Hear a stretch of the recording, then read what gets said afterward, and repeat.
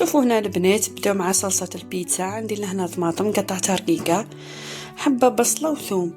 نقصوا لهم النار قليله ونخليهم حتى يطيبوا مليح مليح. كي يطيبوا لنا مليح بعد نرابيوهم. نشعلوا لهنا الغاز ونخليوها قليله ونغطيوها حتى يذبل كلش ويطيب كلش مليح. اذا عندك الفلفل حار تحبي حاره ديري راس فلفل حار، والله زيدي معاه راس فلفل حلو. انا ما عنديش، بصح تضيفي فيها البصله حبه برك تجي بنينه بنينه بنينه.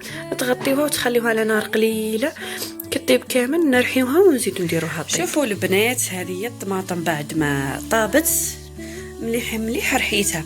هي شوفوا جلاو نتاعها عسلي. راح نضيفوا لها لي زيبيس.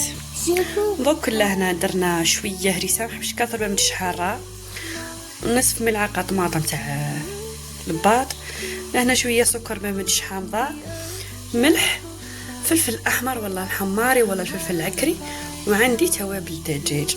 نخلطهم مليح ونديرهم طيب. غادي نصور.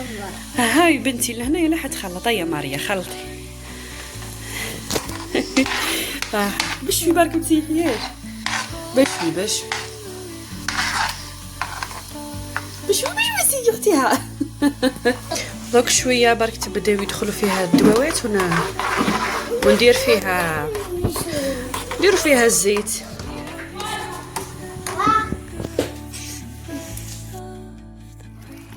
شوفوا هنا صوص طماط، راح نضيفوا لها الزيت، جمهر ولا ثمار فقط ما تكثروش.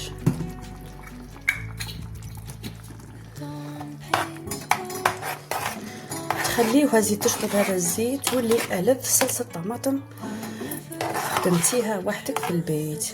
تحبي تضيفي الاعشاب معطره كما تحبي، انا ما كانش عندي.